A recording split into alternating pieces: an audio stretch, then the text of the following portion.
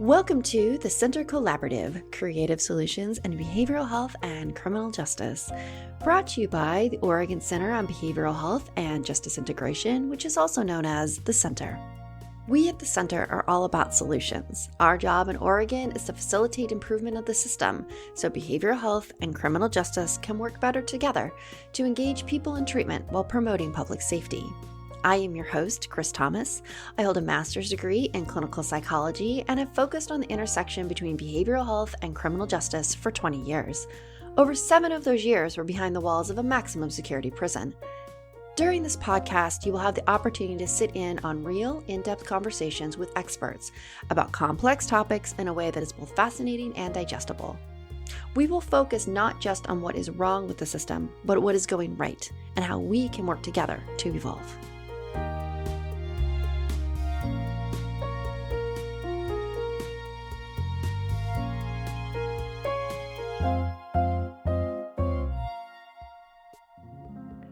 In this episode of the podcast, I have the opportunity to sit down with Anne-Marie Bandfield, the Manager of Crisis Services for Marion County Health and Human Services, to discuss Marion County's 24/7 Psychiatric Crisis Center, the PCC, which just celebrated its 25th anniversary in August of 2020.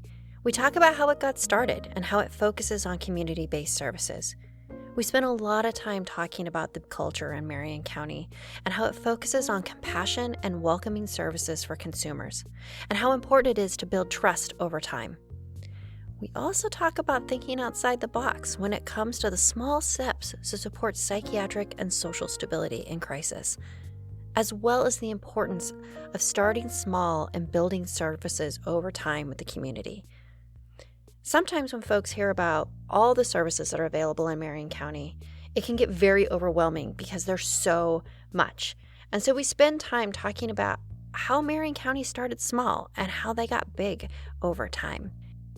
I've had the pleasure of knowing Anne-Marie for a number of years, and in our style, we jumped right into the conversation.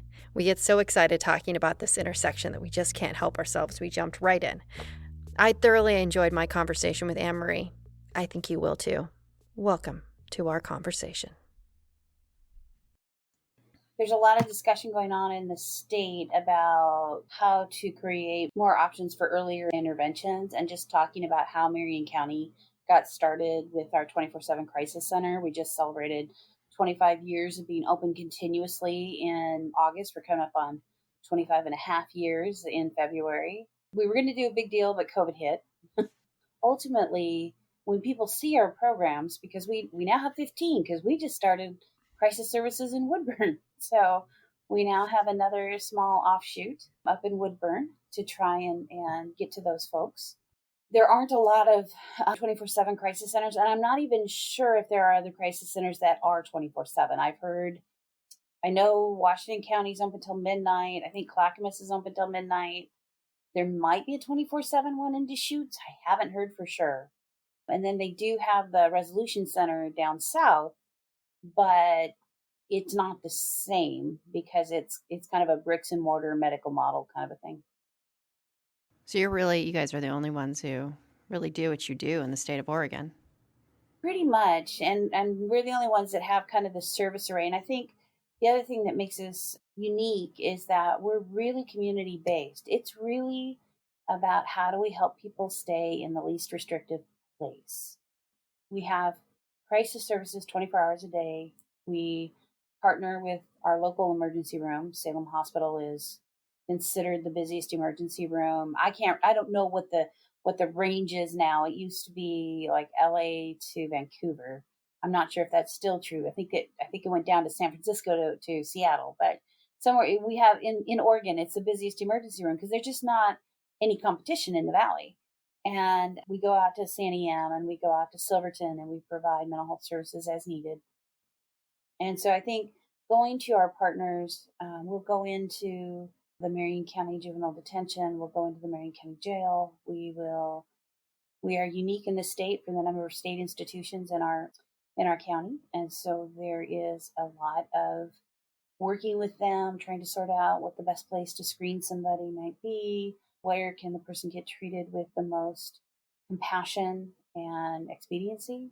I think we don't always think about the fact that something that often goes with best service is being able to have people screened or evaluated quickly. And that's one of the struggles with sending people to the emergency room. If you go into the emergency room in Salem, and by no fault of, it's not that they don't care, they don't want to serve people, but they are so busy that it's an average wait is 3 to 5 hours just to get into the back, unless you're having Wow. a heart attack or some other life threatening issue in that moment. Where when people come into the crisis center, our average time to see somebody is less than 30 minutes. Wow. And while you're waiting, you're going to be hosted. You're going to be given, offered coffee, tea, water, juice, have goldfish crackers. You would be astounded at how popular goldfish crackers are to everyone when they come in the door. And I think a lot of people in very difficult circumstances have learned the way to get their needs met is to be difficult. Because if you're difficult, then people are going to get your needs met, so you will just leave and move on. And so a lot of what we try and do is just say you don't need to do that here. We know you're having a hard time. We know it's a bad day.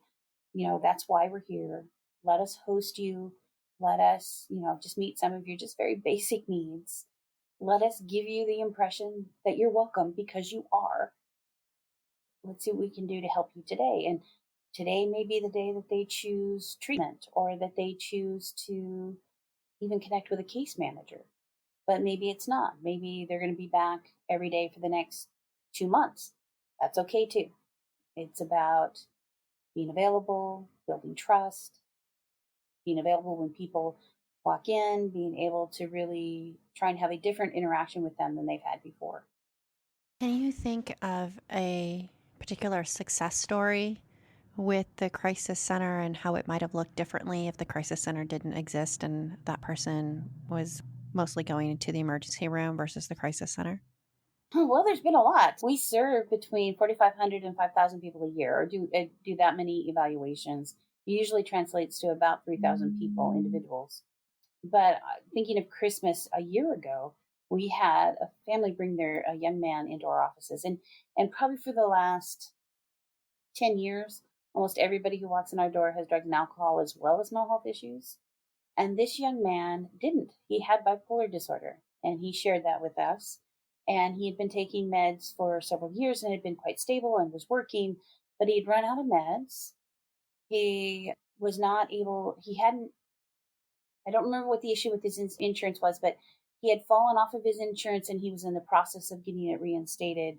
And so he didn't have access to his medication. And we were able to that day work with him, do an evaluation.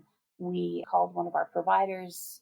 He knew what he took. He had an old bottle with him. Our prescriber was able to prescribe off of that bottle without seeing him. And he came back the next day to meet with our prescriber, and they discussed what kind of medications he might need.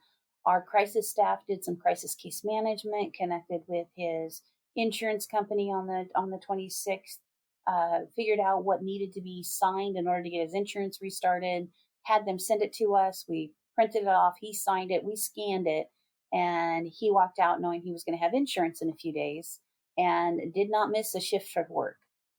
Wow. I don't even know what to say about that on so many levels. Not only did he feel welcomed and he got help right away, but it wasn't just about getting medication and that amount of customer service. There was also the customer service around making sure that he got his insurance again so he wouldn't have to have a problem getting meds in the future, and done in such an efficient manner that he didn't skip any work. So you're looking at the other pieces that sometimes can fall apart in people's lives once they start to decompensate, and how much support you all gave him. That's noteworthy. Incredible work. Well, and that was an easy case. Tell me about one of your more difficult cases. I have a team that works with me of supervisors, and our crisis supervisor really is the one with his finger on the pulse. But I think with every county, you have a few people who are very difficult to engage.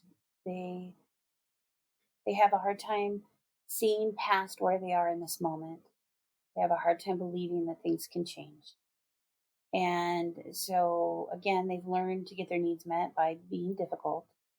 And it sometimes can be very wearing on the staff as well. And so, one of the things that we as supervisors try really hard to do is to communicate to the staff that we know this work is hard, that we want you to be able to work as a team to figure out who's got what strengths and how to use those when people come in the door. I have two staff that work the day shift who are both a little quirky but fantastic clinicians, and they can connect with people who feel very disconnected from society. And they do it with a lot of heart, and they do it with a lot of compassion, and they both have years and years and years of experience that they are able to bring to the table. So we have one gentleman particularly who works with us who, if we have somebody who's in our reception area and they're loud and they're intimidating, we don't allow, we tell people, you can't come here and be like that. We want to serve you, but you can't come in and be verbally abusive. You can't scare other people in the lobby. You can't be verbally abusive to our staff. We know you need help. We would like to help you. We can give you a cup of coffee. You can step outside, try and pull yourself together. You can go have a cigarette and come back if that's what you need to calm yourself down. But you can't be in the building and served if you're going to be this way. And you'd be surprised how many people will calm down when you say to them, when you're not saying to them, you just need to leave, but you're saying to them, we want you to have the opportunity to calm down. Now, I'm not going to tell you that we're magical and like this works every single time, because we do periodically have to call the police and have somebody trespassed because they are choosing to be aggressive and violent. We just can't do that. It's got to be safe for everybody. But we do work very closely with law enforcement. Right now, the criminal justice system is our main referral source for people who are in crisis because they're having the most contact with law enforcement. And so whether it's our mobile crisis teams or it's the 12 law enforcement agencies in our county that bring people to us, and they do, there's a memorandum of understanding through the sheriff's office that if a person is having what appears to be mental health concerns, or in the lingo of law enforcement, they are an emotionally disturbed person, then their first three options are to come to PCC. We try to work with our local law enforcement so that only persons who have charges that must be lodged are taken to the jail, or if they need a police officer custody, to the hospital. So we see law enforcement a lot. They bring folks into our building. So we don't want to call them back if we don't absolutely have to. The thing I love about crisis work is we often get some of the greenest people who have a lot of experience, don't want to work nights or crazy hours or, kind of in this situation. And so we're often training very new people how to do this work. And sometimes they'll be like, well, we need to call the cops and just ask them to walk this person out of the building. And we're like, oh no, that's our job. Our job is to engage this person. That's what we do. That's why it's called crisis work. And staff, we make sure staff are really supported. Nobody's ever in our building alone, ever. Nobody is expected to be yelled at or verbally abused. We have security overnight so that we ensure that we have that second in the building and really try and make things as safe as possible for everyone. And so, yeah, we'll have somebody who will just keep coming back. And, we really struggle with what to do with them and how to engage them. And then you'll just see that spark. They'll just, you'll have staff like, I don't even know what we're supposed to do anymore. And you kind of have to remind staff, well, here's the good news. You were paid to be here. This person is coming because their life is so miserable right now. So let's figure out what we can do.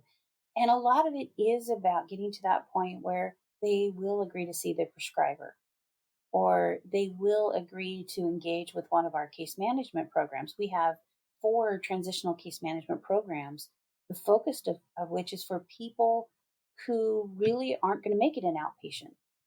The outpatient world is about schedules, showing up on time, on your right day, and a lot of the people that we work with aren't capable of doing that. And so they'll show up on the right day but the wrong time, so their case manager's busy. So we actually created a case manager of the day position. I call it the lightning rod because it got so crazy and it's bad when the crisis center is in chaos and crisis. And we just had so many of these folks that were in transitional treatment coming in the door, and their case managers weren't available because maybe they were at the jail doing a new intake, or they were engaging with law enforcement somewhere else. And so we just had, and our crisis staff were starting to feel like, it's not our job to case manage these people. That's why we refer them to case management. So I'm like, okay, we brought in a new position. Their job is COD, case manager of the day, and they know and have access to every individual service plan that we have. So they're part of the diversion team who meets weekly to keep up on their cases. It's sort of a mini ACT team kind of a thing. If they come in and it's the wrong day but the right time, or the right day but the wrong time, they will step right in there. We don't want anybody walking out that door without having contact with one of our qualified mental health professionals, reviewing how they're doing, reviewing what the goals for that week were or that appointment were, helping them move forward with getting on Oregon Health Plan, getting their Social Security disability application done, getting connected with an outpatient provider, getting connected with primary care. What our staff knows and understands, it's not enough to put a Band-Aid on it. We have to help you get connected with the resources. They're going to help you stabilize. Because when you do that, then it's not just that you're not coming back to our office, but you're not having contact with law enforcement. You're able to rebuild your relationships with your family. You're able to find a safe place to live. And I got to tell you, we have a peer mentor in our building who is the guru of community housing. And he does an amazing job assisting people in finding safe, affordable housing for them to be in. I know that Marion County, speaking of housing, is really good at finding the gap and filling the gap. And so this makes me think of the housing that you have in the cottage on the state hospital grounds that is damp housing. I always have to remember damp housing. Every time I say it, Anne Marie, but the You're words getting better. "don't say moist" come into my brain, and It it's is a never D. damp, it's A always D. "don't say moist," so you hear me like, I know what I this is can't called. wait to see what you do to edit that out. That'll be fun. So, I might leave it in, I don't know, color commentary. You had the damp housing. When I was very new to crisis work, I was doing some training. I actually was in my master's program, and so this is how long I've been in the. I've been in Marion County system now for 29 years, which just blows my mind periodically. I'm like, whoa, it's been that long. I was able to start as a qualified mental health professional with a bachelor's degree in experience, and so as I was getting my master's degree, I was able to go to a training that they had in Jantzen Beach around housing and how to create different kinds of housing. And they talked about a model that they were doing in San Francisco where they had wet, damp, and dry housing versus this idea of abstinence. And I had already started to see this. It was very difficult for people to just come off the street and automatically go into a housing option, like get an apartment, because they didn't know what to do with it. So we started our respite program. We have 23-hour beds.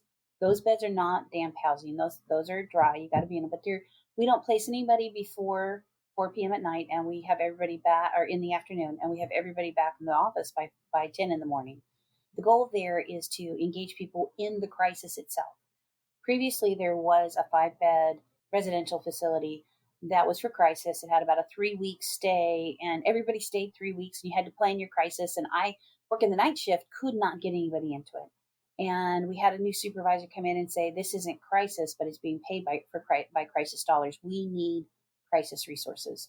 So we created a crisis respite system that I haven't seen anything like it in the nation, where we have essentially 9 23-hour beds. Some are in apartments, some are in homes in the community that open up a spare room for a person to come in. They get a meal, they get to be a part of a family environment, they get to feel safe, they get a good night's sleep, and then the next day they come back and we work through the crisis. We try not to double up on the apartment. We can't right now with COVID, but if we have to, there are times when maybe things are, there's a lot going on in the world, and maybe our crisis respite is very full. So if we put 2 people in an apartment, we will put a staff member there as well for safety. And it's always men with men, women with women. But we also, if we run out of beds, we rent hotel rooms. We're never full. There's always an option for somebody to stay somewhere. And if we have somebody who's not safe to be at a community home or to be in the apartments, then we have some options for lobby respite where a person could stay in our lobby overnight. It's not the best option, but the goal is for the person to be able to be safe, to be able to rest. We have the ability to dim the lights in the lobby. We have blankets that we can offer them, and we have recliners, which we keep behind the door during the day, but we bring out at night if a person needs to be able to rest. And we want them to get a little bit of sleep, and we want them to stay so that we can help them with community case management the next day. With that, we started to expand that. As we got our diversion team, we realized we need some transitional treatment bed. And we don't refer to these as housing because to us it's not. It is a treatment bed. It is about the person being involved in their service plan and doing the things they need to do to create stability in their community so that they can move to housing programs. So we have had people in our diversion, and I think it's a 30, 60, 90-day program. Try not to have people stay more than 90 days. Sometimes we've had people stay up to 6 months. That is the exception. But they have to be involved in their treatment, and they have to be working towards stability and addressing the crisis issues that brought them in. Whether that is getting on Oregon Health Plan, whether that is sometimes getting them a birth certificate and a Social Security card so that they can apply for benefits or even apply for work. A lot of people who come through the crisis center are not going to end up on Social Security. They're going to get jobs. One of our success stories was referred to us by the jail and went through our jail diversion team, placed in one of the transitional treatment beds in an apartment. It's a 2-bedroom apartment. Really was able to start getting into some AA meetings, getting some stability, went through drug and alcohol treatment, got a job, started building up a savings account, went through some classes with some of our crisis associates, our mental health associates, doing some skills training, was with us for about 5 months, had become really a mentor to other young women who had been placed in the apartment with her. We finally had to say to her case manager, who just desperately wanted to hold on to her until he felt she was stable. And we're like, well, she bought herself a car. She has more than enough for a down payment on an apartment. She's working 2 jobs. She just got promoted to manager in her job. We need to launch her now because we have other people who need that resource. We've had other folks who've been very successful. It is very true. When people feel safe where they are, they can engage in other things. And so we have had some folks who've done a wonderful job of engaging, stabilizing, and then we've had to say, we have 3 or 4 housing programs in our community. We're going to refer you to the housing program because you're ready to start looking for housing now.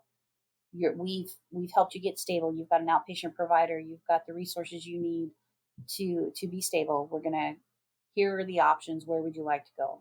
But in all of this work that we've done, we've really found that, so we work really hard on our recidivism rates. We do not want people going back to the emergency room. We don't want them going back to the jail. The jail is particularly a marker for us. With all of our programs in 2013, when the state started to put money into those law enforcement mental health collaborations, one of our markers has always been, how do we reduce the recidivism rate back to the jail within a 12-month period? Now, I know that SAMHSA and the Gain Center and at the federal level and at the state level, they want that 3-year marker. But we just want to deal with right now. 12 months is a good period of time. It's easy because we have to go in and look and lock and track in the jail and look up every single person. So 3 years is pretty difficult. But if we just focus on that 12-month time period, what we found in 2015, when we really were able to get these programs solidly off the ground, is I have a jail mental health team that I have a jail mental health person in the jail 7 days a week. And what we found is that they had about a 78% rate of people that they interacted with that were requesting mental health treatment coming back within a 12-month period. Our aid and assist population, the folks that we were serving, were coming back with 52%. within a 12-month period. And you could tell because they were always the same names on that aid and assist list, both at the jail and at the hospital. Anne-Marie, for the listeners, can you tell them what aid and assist is? Aid and assist is the group of folks that have charges. When they have met with their defense attorney, the defense attorney is concerned about their ability to aid and assist in their defense, generally due to a mental defect. I think they've changed the language now. No, it's no longer mental defect, but some sort of mental health concern. So it could be somebody with a mental illness. It could be somebody with severe trauma issues. It could be somebody with a traumatic brain injury. It could be somebody with intellectual and developmental disabilities. It's a fairly broad range, a broad category. But when somebody does not appear to understand the process that's going on in the courtroom and how to participate in that, they are referred for an evaluation for aid and assist. That can take place in the Oregon State Hospital, or it can take place in the community through community restoration. What some people may not be aware of, it does not take place in the jail in Oregon. Oregon does not allow for restoration services in the jail. If you have been deemed unable to assist in your charges and stand trial at that point, Oregon believes very strongly you should not be in a place as restrictive as the jail. You should be someplace where you can get treatment for whatever the issue may be. Our aid and assist folks that we were working with had about a 52% recidivism rate. And then we had our jail diversion team, and they had, I believe theirs was about a 72% diversion rate. And it was at that point that we started adding in these treatment beds, these transitional treatment beds. What I can tell you, and it's damp housing. It's not, we started out with that people should abstain. And what happened was every Monday morning we would have to come in and have about half the people who'd been placed exited from those placements because they had used over the weekend, and there was lots of evidence for it. So we expanded, we created some new positions, so we had lots of support on the weekends for folks. And we also realized that we didn't have immediate access to residential treatment for A&D services, alcohol and drug services. So we decided we needed to find a different way because we weren't engaging people well enough to get them stable. And just having somebody come in one week and be kicked out the next week was not effective. We weren't doing anything for them.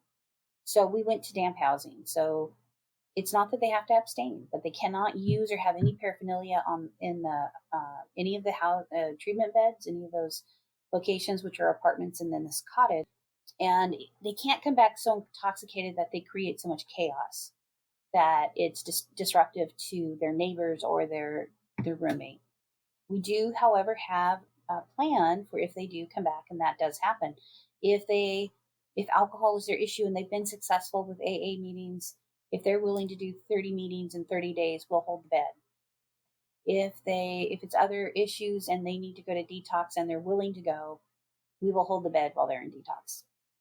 So we do give them an opportunity to remedy the situation. So what we found when we added those last year, we just did the stats for 2019 for the jail mental health folks. They went from 78% in 2015 to they are down to 45% recidivism rate in a 12-month period. Wow. Our aid and assist team went from 52% down to 18%. Wow. And the last time I checked, 2020 was 7%, but I'm fairly certain COVID had a great deal to do with that. Yeah, I could see that. And then our jail diversion team went from about 72%, and they're sitting pretty solidly at about 35%. Wow. I think that it's a number of things. One, I think it's that we don't kick people out for using. I think it's that we have staffing every single day engaging them and what they're doing. We have sent our staff to train with our community corrections teams around how they view what they do and they have a whole name for the approach. I apologize that I don't know it, but it's really about helping people to understand they have to make different choices. We can't engage you and just have you go back and make the same choices. So it's about what are you doing for positive recreational activity? What are you doing to change the people that you're hanging out with? Where can we get you connected to community sports, etc.? We have peer mentors, both recovery peer mentors and peer mentors that are part of the mental health system.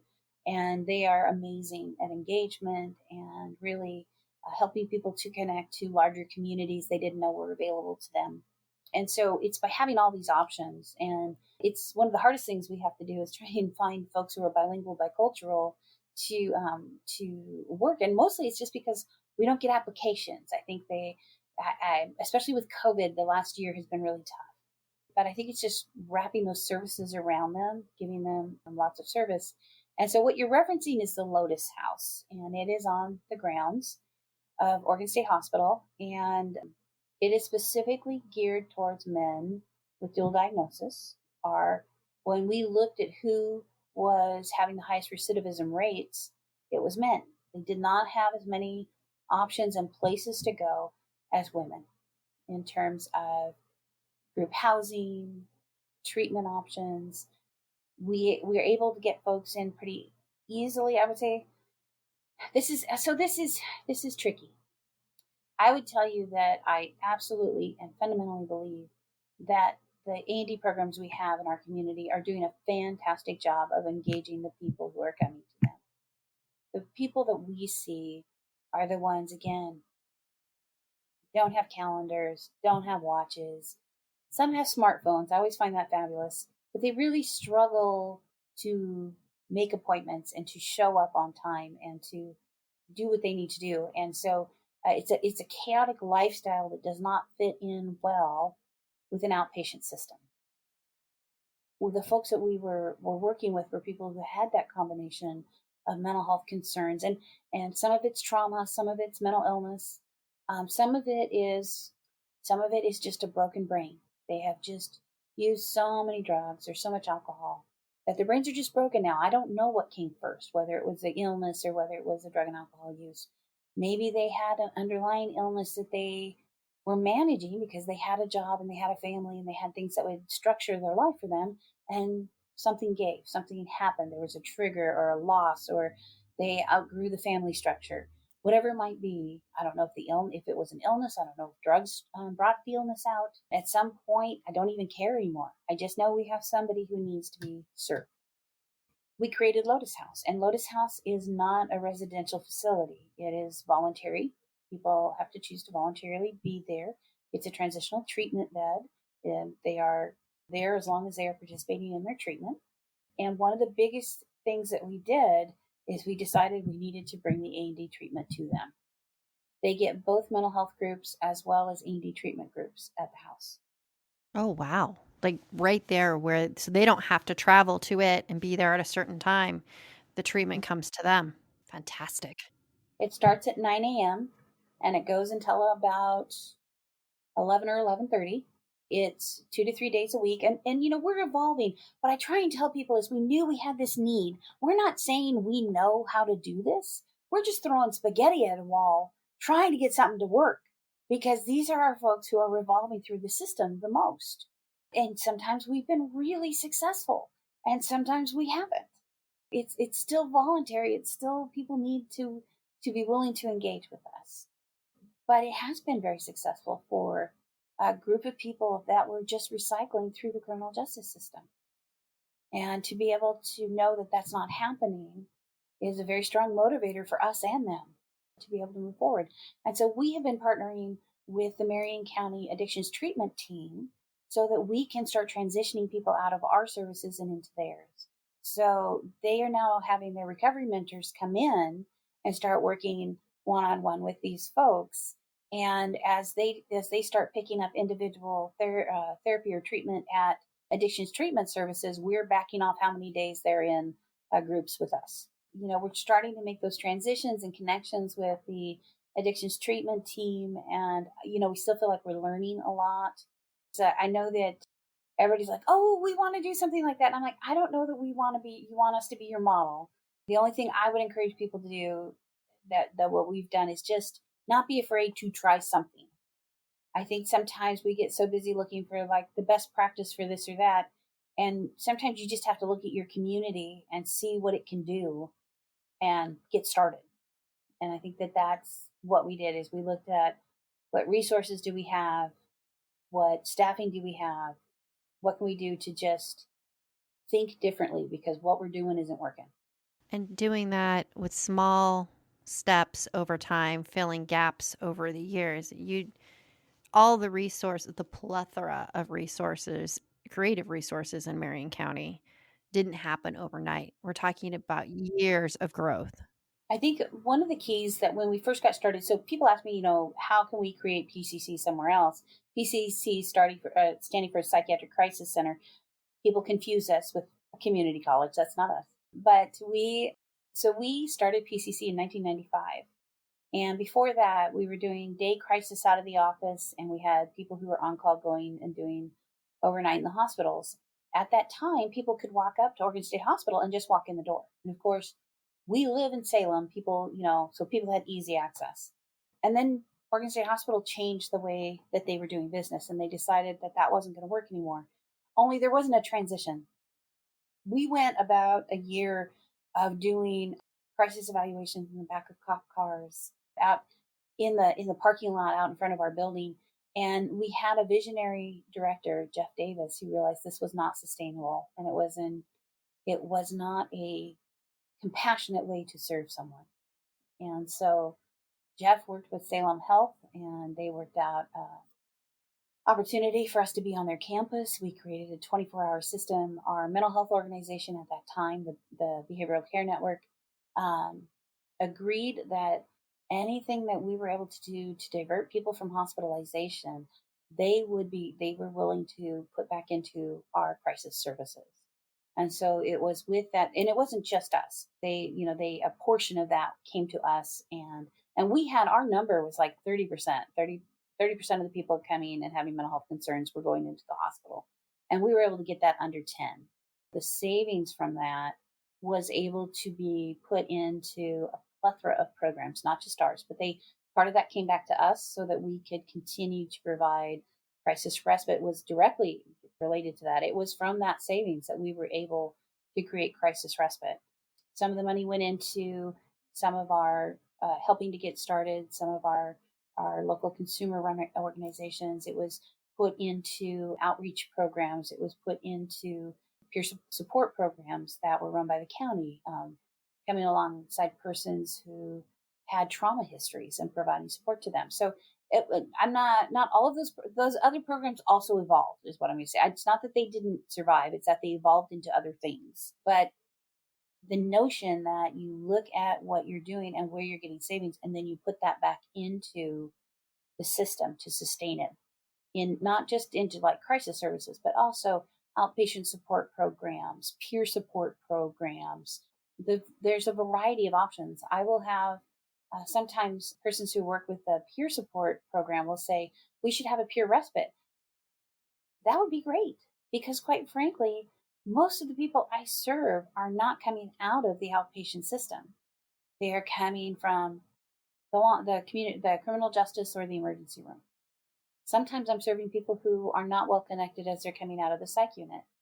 So that it's not the population I necessarily serve. So it would be a great resource. It's just, how do you do the funding? Where do you look for getting that funding? It takes a lot of legwork to go out and look for funding when you don't have it. When we first started doing the law enforcement piece, it started back in about 2004, 2005. The jail asked us, could we help with some mental health support? And we had a qualified mental health professional who would come in with their caddy that they had rolling their stuff in behind them. And they would come in for a few hours a day, and they were not somebody who was really familiar with criminal justice or forensic work. And so sometimes it was a little iffy. And it wasn't enough time because it was just a few hours a week.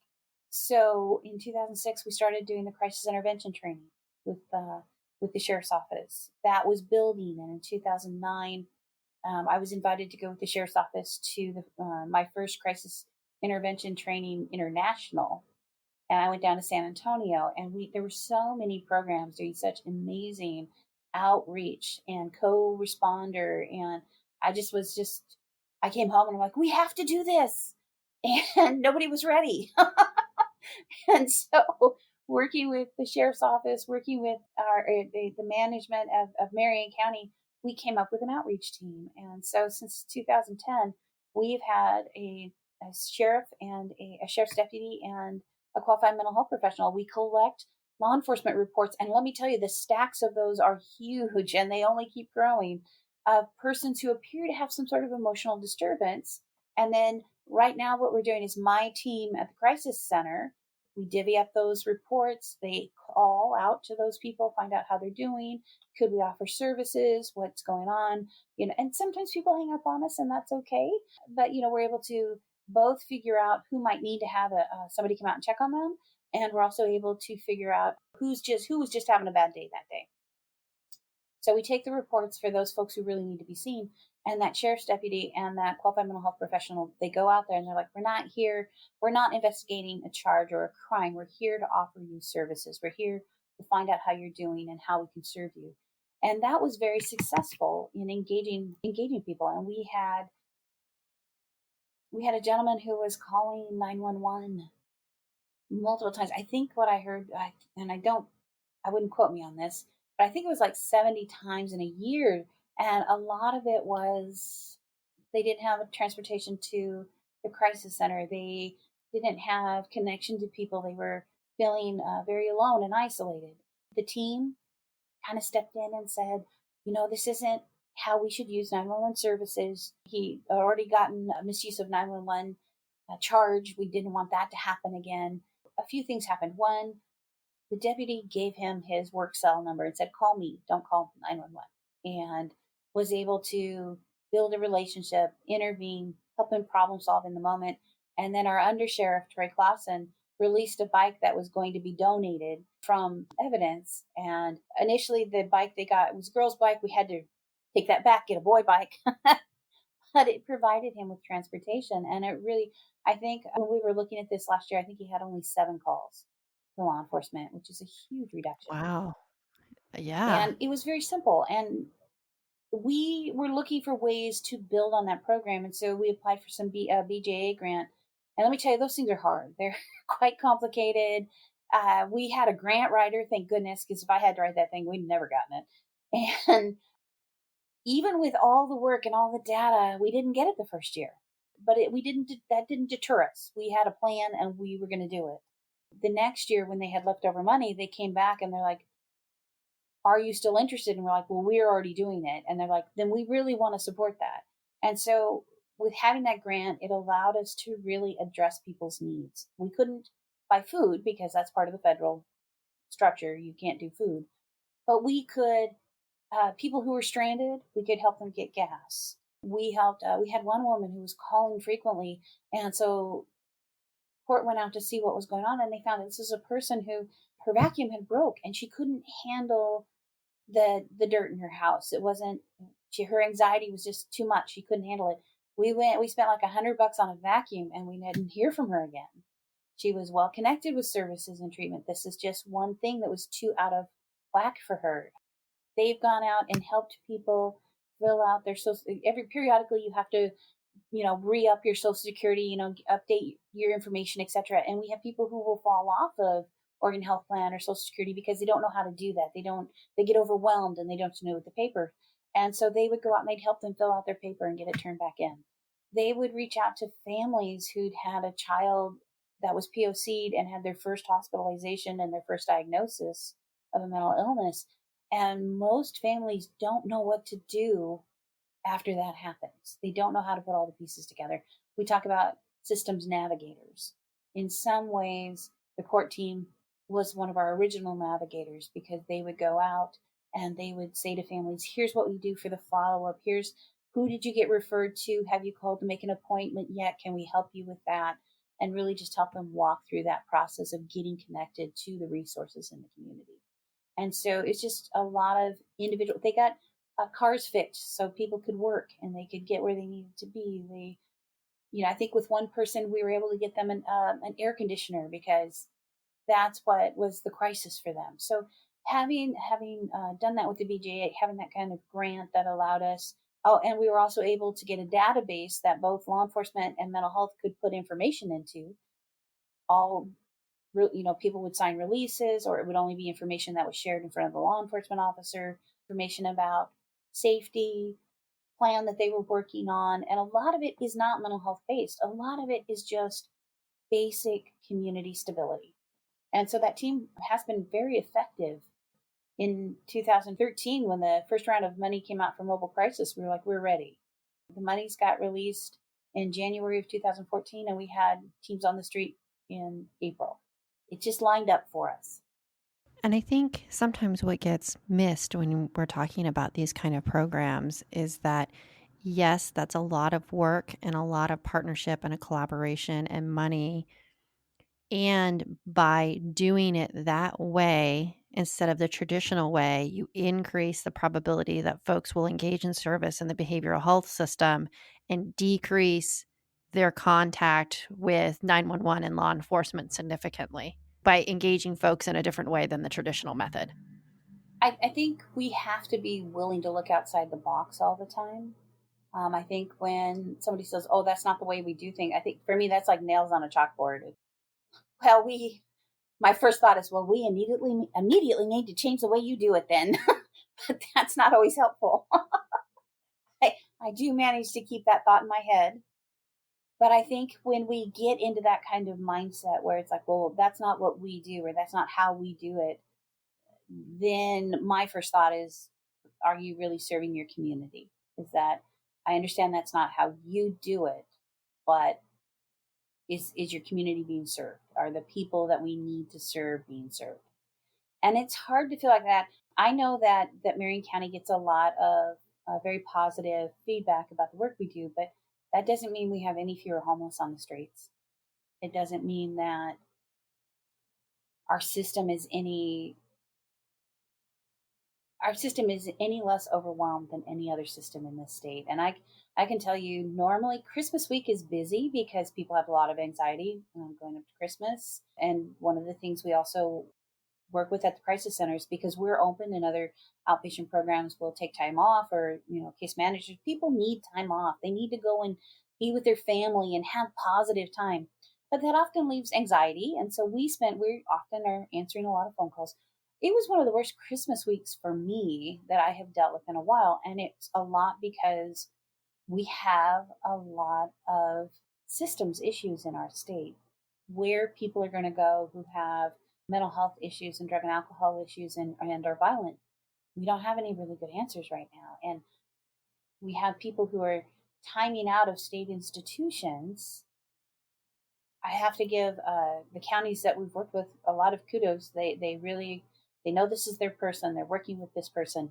But because of the number of state institutions in Marion County, coordinating can take a lot of work and a lot of effort. And you can only take it case by case, because when you look at the system right now, it's so overwhelming and it's so discouraging that it makes me wonder some days why I do this job. But then we get through it and we have good partnerships. And the way we get through these cases is by having good partnerships. And I always get a little worried when we had a case a couple of years ago. We had a young child, she was under 10, who was in DHS custody for very good reasons, a lot of trauma, a lot of trauma, and really was going to need a very, very high level of care, but it wasn't available in that moment. And the DHS workers were being hurt, that this child was acting out in ways that were very violent and harming the staff. We had a moment where everybody was like, well, that's DHS's case, and they're underage and they're under this and that. And I kind of had to say, okay, it's time for us all to come together, because yes, this child's going to go on to a higher level of care, but they're going to come back, and they live in our community and they're ours, and we need to look out for each other, and we need to work together and partner so that our colleagues aren't getting hurt and we can safely help this very traumatized child get some compassion and support, because they've had, I won't go into the details, but a very, very traumatizing time. And it's when we get into so rigidly, this is my job, or this is the rule, and we don't think about collaboratively, how do we as a community come together and offer the resources we have. And we did not come up with any genius plan, but to know that you have support, to know that you can talk to one another, to know that you can work together to come to a plan and have a consistent message going to family and the child makes all the difference in the ability to support one. And if the old methods, the old traditional methods worked for everyone, we wouldn't have the concerns we have with the populations that we do, that we have to reach out to in a completely different way. Yeah, the world keeps changing on us. Just about the time you think you've got things kind of going in the right direction, you get another curveball. Surprise, global pandemic. Exactly. And I cannot give my staff enough kudos. Throughout the pandemic, we have had folks telecommuting as much as we can, but our crisis staff show up every day to work, wear their PPE, wipe everything down. We are pros at wiping down that building several times an hour. And you're starting to get shots now too, which is Yeah. great. Yeah. Marion County has so many resources, so many programs, a ton of innovation, that I think sometimes when you look at the whole, it gets a little overwhelming, even the possibility of how one even gets there. I think what's so hard is that we get so stuck in our ways of thinking that this is what they taught us in college, or this is the way that we do treatment. And back in the mid to late 1990s, Kathy Savicki brought in, I believe it was Scott White from Chicago, and he would talk about how we have to kind of meet people where they're at and find out what they're willing to engage in. And does it really matter if their diagnosis is schizophrenia or if their diagnosis is bipolar disorder, if they believe that what they have is a situational stressor that they need to address. It's what are they willing to engage in, and we so often feel like we were taught that we have to diagnose and we have to, and it's in order for us to really be effective is we need to hear where people are at and we need to engage in that. And systemically, we need to look at our systems and say, what can we do to address that? And I think you were talking about, like, where do people start? I have people say to me, how do we build a PCC? And I say to them, I don't know. PCC was built over 25 years. We didn't start out like this. And I tell people, find a place where you can do 24-hour drop off. Find a place where your law enforcement can bring somebody who's having a difficult time that isn't the hospital and it isn't a jail. Make sure it's safe. But that's where we started. That's what we started with. And we had all of 5 staff covering 7 days a week, 24 hours a day when we first started. Let me tell you, I got a lot of overtime.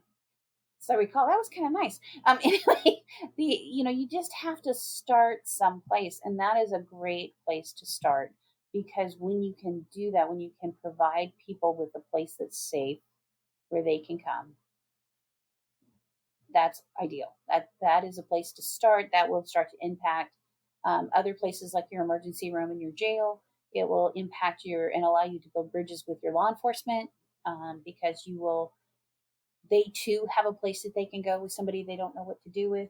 We serve a lot of coffee out of the crisis center. We just came through the holidays, and about 4 or 5 years ago, I realized, everywhere you go, people offer you cookies at the holidays. So we started doing cookies and hot chocolate, because people who are coming in crisis need that more than just about anybody else. So, if I can walk into the bank and get cookies and hot chocolate, people should be able to walk into my office and get cookies and hot chocolate. We try and make sure in the winter, if you come in and you're cold and wet, that you're going to leave with something warm to drink and maybe even a cup of noodle soup. I know it's not the most nutritious, but it's food and it's hot and it's going to sustain you. In the summer, everybody leaves with a bottle of water and a popsicle, because it's cooling and it's refreshing and it's going to help you handle the heat.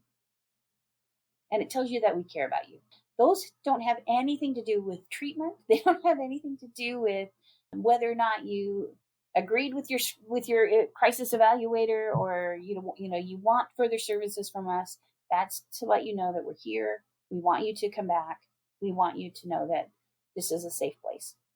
And that's that key piece. We're meeting you where you are. We're engaging you where you are. You are welcome here.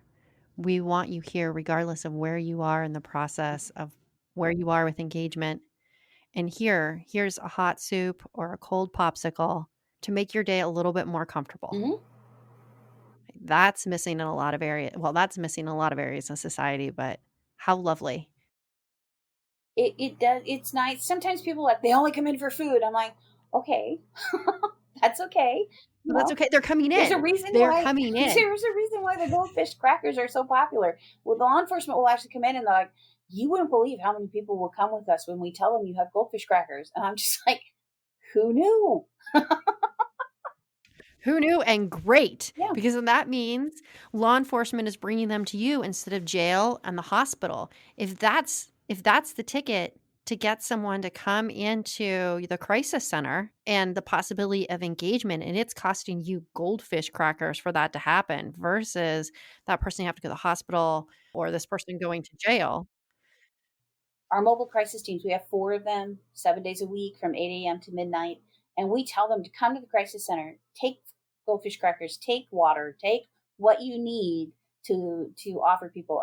Breakfast bars are very popular.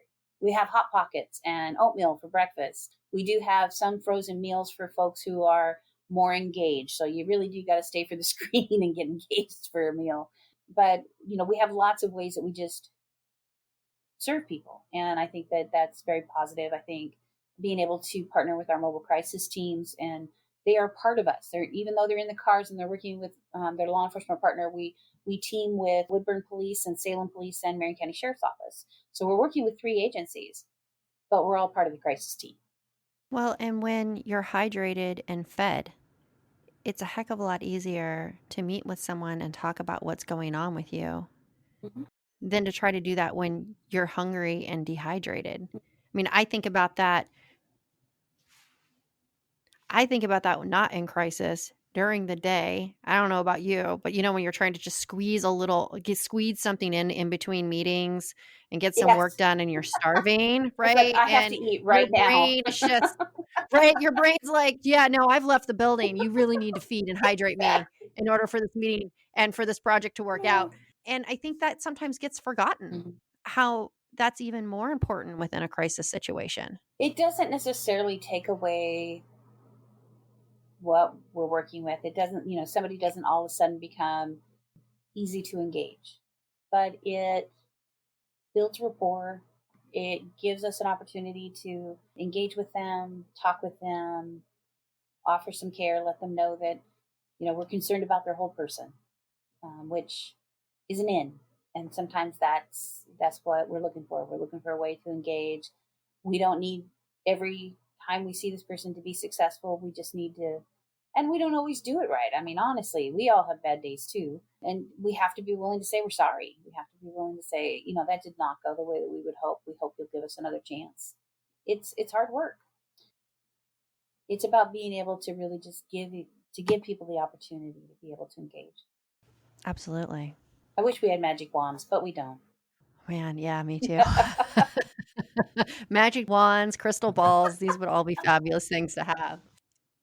So, as we're wrapping up today, what would you want to be the takeaway message for our listeners? It's very easy to get overwhelmed. It's extremely easy to get overwhelmed when you see where we are as a state and you want to try and figure out how to move forward. And I think it's in that moment when you realize you can't necessarily recreate something from somewhere else. You have to look at your community and you have to ask yourself, what can my community bear? What can we come together and do? And really starting with that that place where people can come. And maybe you can't do 24 hours, but could you do evenings? Because most services close up at 5 p.m. Could you be available until 9 or 10 at night to help people sort through their crisis in the moment, give them an evaluation, something warm to drink, simple meal, and help them figure out where they're going to stay that night or what they're going to do, or etc. Just starting with, what can my community do? One simple step that my community can do. Do you have partners in the community, faith-based partners? Do you have partners in things like Rotary or Kiwanis or community groups that are there designed to help?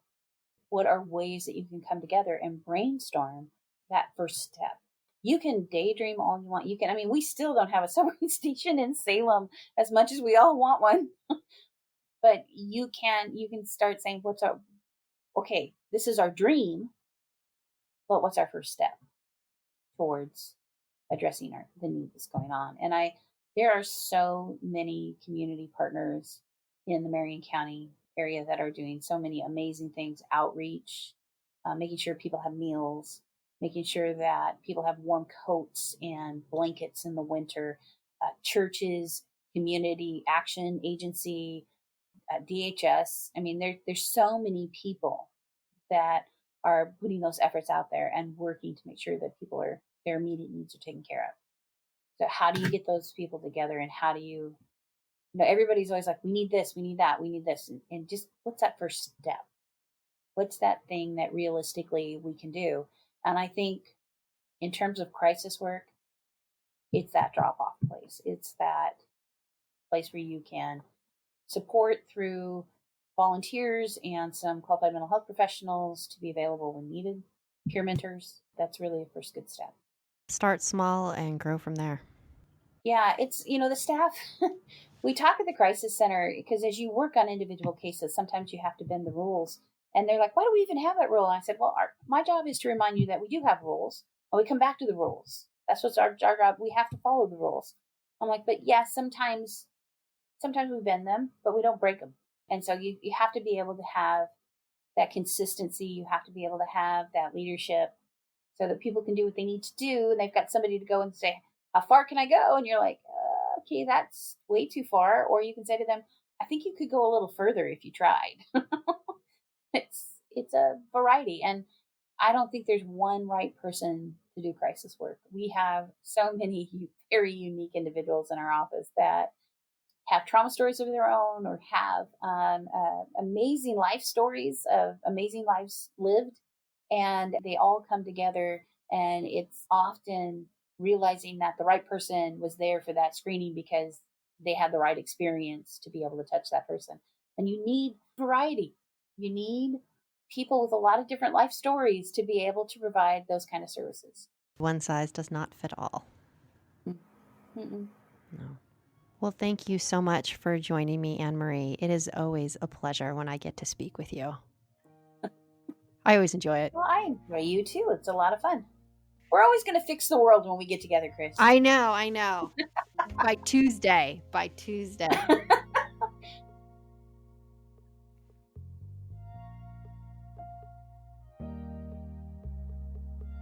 The Center Collaborative is a production of the Oregon Center on Behavioral Health and Justice Integration, a specialized division of Greater Oregon Behavioral Health Incorporated. It is produced by me, Chris Thomas, with production assistance from Patrick Kennedy. Music by Patrick Mulvihill and Patrick Kennedy. Subscribe to the Center Perspective using your favorite app. To learn more about criminal justice and behavioral health in Oregon, visit the Center's website at ocbhji.org. You can also find us on Facebook. We'd love to hear from you. Please reach out to us. Join us next time as we chat with the experts about programs and partnerships at work within this complex and yet compelling field. I am Chris Thomas from the Center. Thank you for joining our conversation.